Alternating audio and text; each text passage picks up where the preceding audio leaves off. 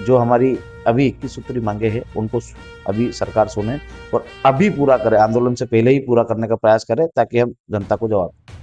ये कदम उठाना और इनके लिए सुनिश्चित व्यवस्था करना ये तो सरकार का काम है। जी। हम हमारी बात को रख सकते हैं सरकार के सामने, जी। हमें सदन में बोलने की अनुमति नहीं है, हमें सड़क पे बोलने तक की अनुमति है। इस आंदोलन को सफल बनाने के लिए क्या रणनीति अपना रहा है? कर्णी सेना परिवार कभी भी कोई रणनीति नहीं बनाता है किसी आंदोलन को सफल करने के लिए। कर्णी सेना परिवार का एक एक कार्यकर्ता, एक एक सैनिक इतना मजबूत है अपने आप में कि वो खुद ही अपने आप में एक आंदोलन है। ये आंदोलन असफलता की ओर जाता है तो आपका अगला कदम क्या होगा? जब तक अपनी सांसें चल रही है तब तक हमारी लड़ाई जारी रहेगी। क्या आगामी समय में गिरफ्तारी को लेकर कोई बात आती है तो आप कैसे निपटेंगे? जबरदस्ती कोई फर्जी मुकदमा बना के मुझे अंदर डालती है तो वो मेरे अकेले का आंदोलन नहीं है कि मेरे जाने से या मेरे पहुंचने से ही वो आंदोलन सफल होगा। तो आप समझिए, सरकार के इशारों पे यदि पुलिस चलेगी तो मुझे नहीं लगता कि इस देश का युवा ज़्यादा समय तक लड़ पाएगा। कभी ना कभी मुझे लगता है कि ये आज मानसिक गुलाम हमें कर रहे हैं, कहीं ना कहीं आने वाले समय में जिस प्रकार से पुराने लोग गुलाम थे वैसे हमको भी वापस से गुलाम करने की प्रोसेस चला रहे हैं।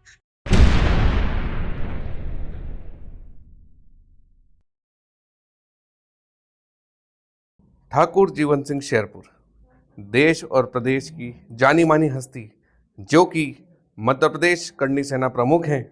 ठाकुर जीवन सिंह जी शेरपुर के नेतृत्व में 21 सूत्री मांगों को लेकर जन क्रांति न्याय आंदोलन 21 दिसंबर हरदा मध्य प्रदेश में किया जा रहा है। उसी को लेकर आज मध्य प्रदेश के शहर नीमच की इस लाल माटी की धरा पर ठाकुर जीवन सिंह जी शेरपुर का आना हुआ। आप आज हमारे बीच इस यात्रा के दौरान पधारे, आपका हम हार्दिक स्वागत अभिनंदन करता है। मैं सभी दर्शकों से निवेदन करता हूं, आगे बढ़ने से पहले इस चैनल को लाइक और सब्सक्राइब जरूर करें ताकि भविष्य में आपको इस तरह के पॉडकास्ट मिलते रहें। Let's enjoy the episode.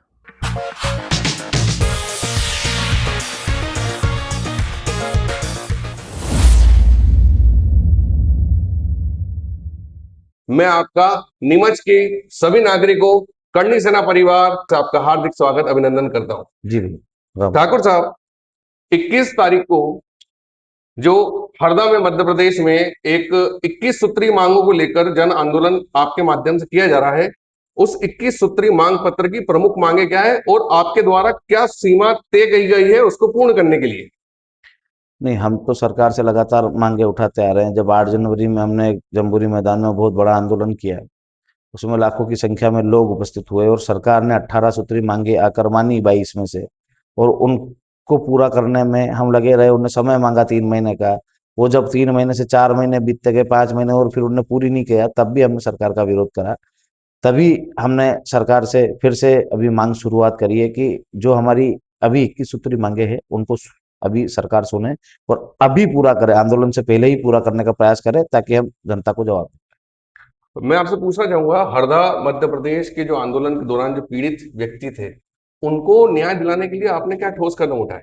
नहीं, हम तो सरकार से मांग कर सकते हैं, न्याय दिलाने के लिए तो हम कोई कदम नहीं उठा सकते। हम जो कोर्ट की प्रोसेस है वो तो चला ही रहे हैं। जिस प्रकार से न्याय व्यवस्था है उसकी हिसाब से हम काम कर रहे हैं कि जिस प्रकार से पहले थाने में एफआईआर के लिए जाना पड़ता, जब इनने थाने में एफआईआर नहीं करी तो हमने एसडीएम साहब को दिए कागज, हमने तहसीलदार साहब को दिए, कलेक्टर साहब को दिए, और दूसरे ही कागज हमने एसडीओपी साहब को दिए, एडिशनल एसपी साहब को दिए और एसपी साहब को दिए। एसपी साहब के बाद हमने जो जो ऊपर के उनके आला अधिकारी थे, मैंने जो वहाँ के आईजी साहब है उनको भी दिए, और वो सारे ही हमने रिसीव प्राप्त की। और अब हम जबलपुर हाई कोर्ट में गए हैं। अब वो जी। वहाँ हाई कोर्ट में केस दर्ज हो रहा है, क्योंकि ये जो प्रोसेस है वो लंबी है। तो उसको न्याय दिलाने के लिए हम एक रास्ता तो ये अपनाया हमने कानून का कि जिन भी पुलिसकर्मियों ने बर्बरतापूर्वक लाठीचार्ज करी मेरे साथ और मेरे साथियों के साथ, उनको न्याय दिलाने के लिए एक रास्ता तो वो, और एक दूसरा हम सरकार से मांग कर रहे हैं तो जो भी दोषी पुलिसकर्मी है उनको सस्पेंड किया जाए। जी। किसानों को लेकर और युवाओं को लेकर, महिलाओं को लेकर इस आंदोलन में एक भागीदारी उनकी रहे, इसको सुनिश्चित करने के लिए आप क्या कदम उठा रहे नहीं, हम तो सबसे निवेदन कर सकते हैं कि हम हमारे हक अधिकारों की लड़ाई लड़ रहे हैं, सबके हक अधिकारों की लड़ाई लड़ रहे हैं। ये कदम उठाना और इनके लिए सुनिश्चित व्यवस्था करना ये तो सरकार का काम है। हैं? जी। हम हमारी बात को रख सकते हैं सरकार के सामने, जी। हमें सदन में बोलने की अनुमति नहीं है, हमें सड़क पे बोलने तक की अनुमति है। जी। सदन में एक सम्मानित जो विधायक होते हैं, सांसद होते हैं, वही जा सकते हैं और वही अपनी बात को रख सकते हैं। हम ये जो हमारे जो कदम उठा रहे हैं, हम तो ये उनको एकजुट करके अपनी मांगों को समझा रहे हैं, उनको जागरूक कर रहे हैं कि जिस प्रकार से बेटियों के साथ गलत हो रहा है, कहीं ना कहीं वो जो प्रेम प्रसंग में आकर लड़कों का शिकार होती है, जी और कहीं कोई फ्रिज में मिलता है तो कई लड़के भी प्रेम प्रसंग में आकर लड़कियों के शिकार होते हैं, और कहीं कोई फ्रिज की जगह कोई ड्रम में मिलता है तो कोई फ्रिज में लड़की मिलती है। जी तो जो वो सारी व्यवस्थाएं गड़बड़ाती है, वो लव मैरिज का इफेक्ट है। जी तो जब हम सरकार से मांग कर रहे हैं कि हिंदू मुसलमान आपस में लड़ रहा है बेटियों के लिए, कि इसकी बेटी वो लेके चला गया, उसकी बेटी ये लेके चला गया, तो हम चाहते हैं कि कोई भी बेटी हो, किसी जाति की हो या किसी धर्म की हो, यदि वो बालिग हो गई और वो शादी करना चाहती है, तो माता पिता की जो सहमति है वो अनिवार्य हो। सही चाहे बात। वो कोर्ट मैरिज हो या कोई सा भी मैरिज एक्ट बनाया जाए इसके लिए। और कोई भी लड़की यदि बालिग है या कोई भी लड़का बालिग है, यदि वो शादी करता है, तो माता पिता की अनुमति अनिवार्य होना चाहिए। इससे सारे ही ये जातिगत जो व्यवस्था बिगड़ रही है, धार्मिक जो व्यवस्था बिगड़ रही है, सब खत्म हो जाएगी, बंद हो जाएगी। बिल्कुल सर, बहुत बढ़िया आपने मुद्दा उठाया है। एक भ्रम लोगों में फैला हुआ है, 21 तारीख को जो आंदोलन है वो केवल कर्णी सेना के परिवार का है। क्या ये भ्रम हमें दूर करना चाहिए? ये सर्व समाज का आंदोलन है।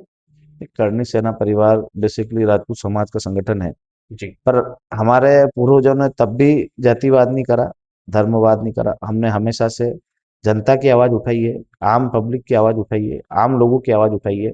हम ये चाहते हैं कि हम जिन चीजों से वंचित है वो हमें तो मिले, पर जिन चीजों से और भी लोग वंचित है, जिन व्यवस्थाओं से और भी लोग वंचित है, उनको भी मिले। हमारी जो लड़ाई है वो किसानों की है। जी अब किसान किसी जाति वर्ग का तो नहीं होता है। करनी सेना परिवार में जितने भी राजपूत परिवार है, वो तो किसान है ही सही, पर जी। जो अन्य समाज के भी भाई हैं, जो किसानी खेती करते हैं, उनको भी उनके लिए भी तो फायदा। लड़ रहे हैं हम। जी तो ये जब हम किसानों की बात करते हैं तो सर्व समाज की बात है। जी जब हम विद्यार्थियों के लिए बात करते हैं कि मध्य प्रदेश में बाहर के अभ्यर्थियों के लिए कोटा फिक्स किया जाए और मध्य प्रदेश के युवाओं को ही प्राथमिकता दी जाए, जी और एक भर्ती आयोग बनाया जाए, जिससे कम से कम जो युवाओं की भर्तियां निकलती है, उसके लिए सरकार सुनिश्चित करे कि हम इतने सालों में इतनी भर्तियां निकालेंगे। तो हम जो ये बातें करते हैं वो सर्व समाज की बातें हैं। हाँ, कर्णी सेना परिवार राजपूत समाज का संगठन है, पर क्षत्रियों ने हमेशा से धर्म के लिए, समाज के लिए, राष्ट्र के लिए बलिदान किया है, महिला सम्मान के लिए लड़ा है, गौ माता के लिए लड़ा है, और आज भी उन्हीं मूल्यों को, उन्हीं सिद्धांतों को लेकर हम चल रहे हैं। तो सर्व समाज की बात भी रखते हैं और सर्व समाज की रक्षा के लिए हैं, सर्व समाज की बातों को रखने और उनके लिए लड़ने के लिए हैं। तो उनके अधिकारों के लिए भी हम लड़ रहे हैं और हमारे अधिकारों के लिए भी। जी। अभी किसानों की बात आपने की है। हमेशा हम देखते हैं एमएसपी और कर्ज माफी जैसे मुद्दे ही किसानों के लिए आप उजागर करते हैं। नहीं, हम तो छोटी से छोटी बातों के लिए उजागर कर रहे हैं। जिस प्रकार से आपको बहुत सारी चीजों के बारे में तो पता होगा, पर आम किसान जैसे लाइट से ही परेशान, जी कि लाइट 4 घंटे 5 घंटे दिन में देते थे, 5 घंटे रात में दे देते हैं, तो किसान परेशान हो जाता है, नींद से भी परेशान रहता है, और उसका काम भी सही से नहीं हो पाता है। जबकि हम लगातार लंबे समय से मांग कर रहे हैं कि किसानों को जो लाइट है वो दिन में दी जाए। हम्म, भले उसका मापदंड अलग बना दिया कि सुबह 6 से 12 दी जाएगी और शाम को 4 से 10 दी जाएगी। मतलब आप रात में 10 बजे तक भी लाइट दे सकते हो, 9 बजे तक भी लाइट दे सकते हो। जी इसके बाद आप यदि लाइट दे रहे हो तो कहीं ना कहीं किसान के साथ अन्याय कर रहे हो। सरकारें अभी हमारी है, सभी सरकारें, कांग्रेस की हो, भाजपा की हो, सभी किसानों की बातें करते हैं, पर किसानों की जो बेसिक समस्या है उनके बारे में बात नहीं करते। तो हम चाहते हैं कि किसानों को लाइट जो है वो दिन में मिले। इसके अलावा जैसे कि उनके फसलों के भाव है, कोई सी भी फसल आती है उसका भाव नहीं मिल पाता है। आप खाली ये बात मत करिए कि हम खाली किसानों के 2-3 चीजों के लिए बात करते हैं। हम किसानों की हर एक उस समस्या के लिए लड़ते हैं। जैसे मुझे केसीसी दिया बैंक ने, तो मेरी फसल देख के दिया, मेरी जमीन पे पूछा कि मेरी सिंचित है तो मेरे को 50,000 रुपए बीघे के मिलेंगे, असिंचित है तो मेरे को 25,000 रुपए बीघे के मिलेंगे। जब मुझे मेरी जमीन देख के नहीं, मेरी फसल देख के लोन दिया जा रहा है, वो सिंचित है या असिंचित है, तो फिर जब मेरी फसल खराब हो जाती है तो उसका जी ब्याज क्यों माफ नहीं किया जाता बैंकों के द्वारा? सही। क्योंकि उनने मेरी फसल दी थी, मेरी फसल खराब हो गई, मैं कहां से भरूंगा?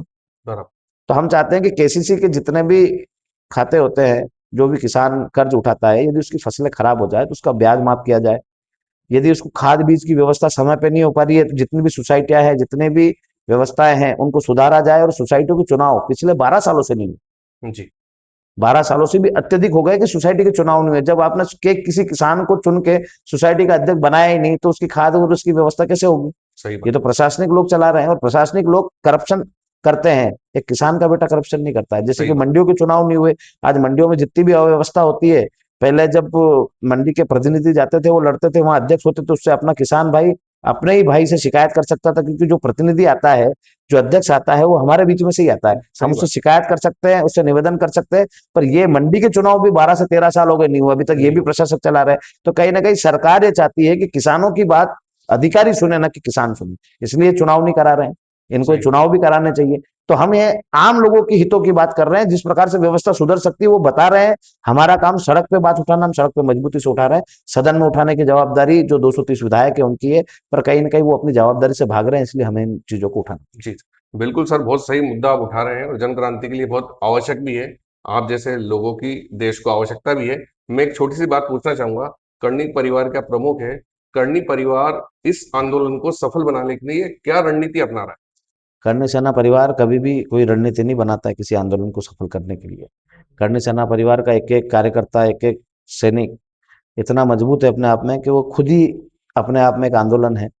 तो ये जितने भी हमारे सैनिक हैं वो दिन रात मेहनत कर रहे हैं और इस कार्यक्रम को सफल बनाएंगे। और बाकी माँ कर्णी माता से यही है? माँ का आशीर्वाद है कि आशीर्वाद चाहिए कि हम सत्य की लड़ाई लड़ रहे हैं, अन्याय के विरुद्ध लड़ रहे हैं, तो उसमें माँ हमें शक्ति देगी। और ये कार्यक्रम जिस प्रकार से पुराने सफल हुए हैं, ये भी कार्यक्रम सफल होगा और हमारी मांगों को भी सरकार सुनेगी और मानेगी। यही माता से मांग करते हैं कि माँ आप सद्बुद्धि दो, ताकि जो आम लोगों के हितों की बातें है वो सरकार माने।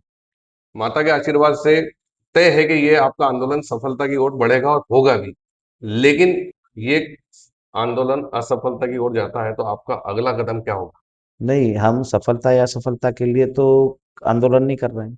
अभी तक जितने भी आंदोलन किए उसमें संख्या बल न कभी कम पड़ा, न कभी लोगों का रुझान कम पड़ा। हम तो आम हितों की बातें रख रहे हैं। 500 लोग आएंगे तो भी अपनी बात को रखेंगे, 5000 लोग आएंगे तो भी रखेंगे, 5 लोग आए, 5 लाख लोग आए तो भी रखी, 10 लाख लोगों में भी रखी। हम तो सरकार को जगाने का काम कर रहे हैं। यदि सरकार जगेगी, वो अपनी बातों को मानेगी तो उनका फायदा है, हमारा क्या नुकसान और क्या फायदा है। हम तो हमारे हितों के लिए लड़ रहे हैं। यदि नहीं मानेंगे तो हमारी लड़ाई जारी है। जब तक जीवन की व्यवस्था भगवान ने दी है, कि जब तक अपनी सांसें चल रही है तब तक हमारी लड़ाई जारी रहेगी। इसके लिए कोई एक व्यवस्था करने की आवश्यकता नहीं है। इसका क्या मध्य प्रदेश की सरकार पे आने वाले समय में असर पड़ेगा? हाँ, असर तो हमेशा पड़ता है, पर सरकारें हैं अब अपने अपनी तरफ से रणनीति बनाती है वो भी। और वो कहीं ना कहीं पिछली बार भी हमने विरोध करा था, पर भारतीय जनता पार्टी को लोगों ने पसंद करा और उनकी सरकार बनी। हो सकता है कि मैं चुनाव लड़ा, मुझ में कुछ कमियां होगी तो मैं उन कमियों को सुधार रहा हूँ। जिस प्रकार से हम आवाज उठाते हैं लोगों की, आज भी उठा रहे हैं।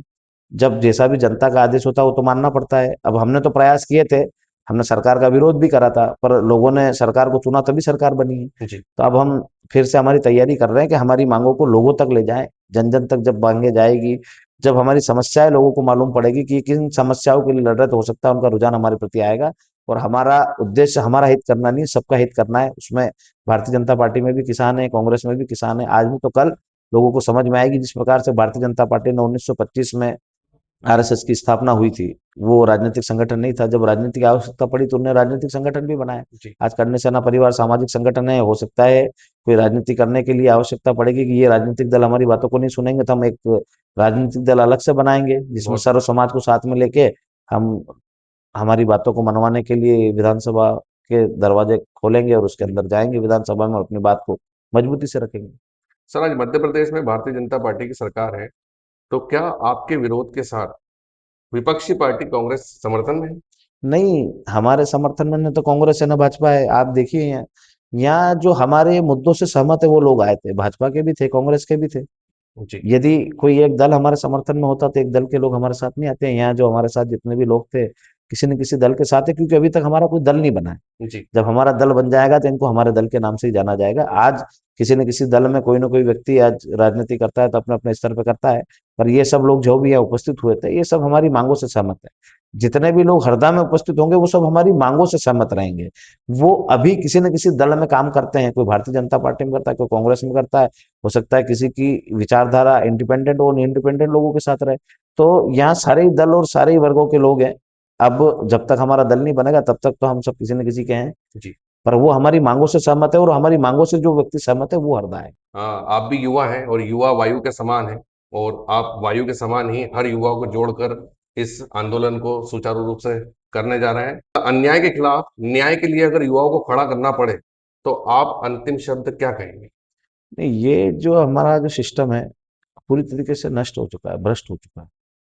यदि इस लोकतांत्रिक देश में भी व्यक्ति को बार बार न्याय के लिए लड़ना पड़े जी। कि हमारे साथ अन्याय हुआ है, हमारे साथ अन्याय हुआ, हमको कोर्ट जाना पड़ रहा है, पुलिस प्रशासन खुद अन्याय कर रहा है, तो आप समझिए सरकार के इशारों पे यदि पुलिस चलेगी तो मुझे नहीं लगता कि इस देश का युवा ज्यादा समय तक लड़ पाएगा। कभी ना कभी मुझे लगता है कि ये आज मानसिक गुलाम हमें कर रहे हैं, कहीं ना कहीं आने वाले समय में जिस प्रकार से पुराने लोग गुलाम थे जी। वैसे हमको भी वापस से गुलाम करने की प्रोसेस चला रहे हैं। पर इसके विरोध में हम लड़ रहे हैं। अन्याय और अधर्म के खिलाफ हमेशा से सक्रिय लड़ाई, सबको साथ में लेके लड़ाई। पर जिस प्रकार से युवा आज हमारे साथ आ रहा है वो उसका कारण खाली ये है कि वो सब समझता है, पढ़ा लिखा है, सोशल मीडिया चलाता है। और जिस प्रकार से पुलिस ने हमारे साथ बर्बरता की, आम इंसानों के साथ भी वैसी बर्बरता की जा रही है। लोकतांत्रिक मूल्यों को समाप्त किया जा रहा है और तानाशाही वाला रवैया अपनाया जा रहा है। पर इस तानाशाही को हम बर्दाश्त नहीं करेंगे। हमारा कर्तव्य है इस तानाशाही के खिलाफ आवाज उठाना, हम आवाज उठा रहे हैं। बाकी न्याय करना सरकार के हाथ में और बाकी जनता देख रही है। जी।